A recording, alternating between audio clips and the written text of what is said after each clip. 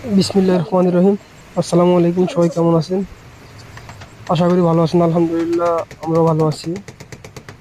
তো এখানে একটা বিল্ডিং এর সাবমিটার প্রতিস্থাপন করতেছি।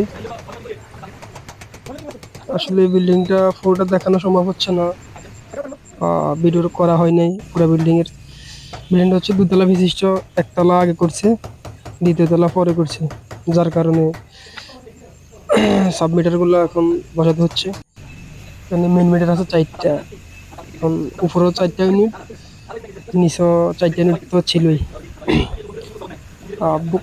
যে কোনো কাজ ভবিষ্যতে চিন্তা করি করাটা উত্তম। এখানে আগে যে টেকনিশিয়ানটা কাজ করছে ওইখানে এমডিবিটা ছোট দিছে, সাবমিটার গুলা এমডিবির ভিতরে জায়গা জায়গা হইতেছে না, বা যদি দুটো ভিতরে দিই দুটো বাইরে দিতে হবে, এইভাবে আর কি। আবার হচ্ছে সার্কিট ব্রেকারের সাথে লেগে যায় মিটারের কাভার, যার কারণে এমডিবির উপরে দিতেছি। চাইলে এমডিবিটা পরিবর্তন করা যাইব।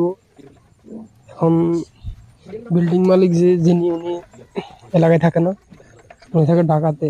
ওনার সাথে যোগাযোগ করে পরবর্তীতে এটা চেঞ্জ করা যাবে, ওটা কোনো সমস্যা না। এখানে উনি হয়তো বা মিটার জন্য আবেদন করছে, মিটার জটিলতার কারণে হয়তো বা লেট হইতেছে, বা পল্লী বিদ্যুৎ সমিতির হয়তো বা মিটার শর্ট বর্তমান সময়, তার কারণে মিটার দিচ্ছে না। যে কোনো কাজ অবশ্য ভবিষ্যতের চিন্তা করে বা ভবিষ্যৎ প্ল্যানিং করে করাটা ভালো। এখানে এমডিবি যদি পর্যাপ্ত পরিমাণ জায়গা থাকতো, বা ভবন অনুযায়ী এমডিবি দেওয়া হয়তো, তাহলে হয়তো বা সাবমিটার গুলো এমডিবির ভিতরে দেওয়া যাইতো, মোটামুটি ভাবে দেওয়া যাইতো। এটা হতে পারে যে টেকনিশিয়ান কাজ করছে ওরও ভুল হতে পারে, অথবা বিল্ডিং মালিক যিনি বা কোম্পানি ওনারও ভুল হতে পারে। উনি হয়তো বা ওনার টেকনিশিয়ানকে বলেন নাই যে এটা পরবর্তীতে আরো উপরে বহুতল হবে, ওই হিসাবে এটা এমডিবিটা এটা কোনো না কোনো সময় চেঞ্জ করা লাগবেই।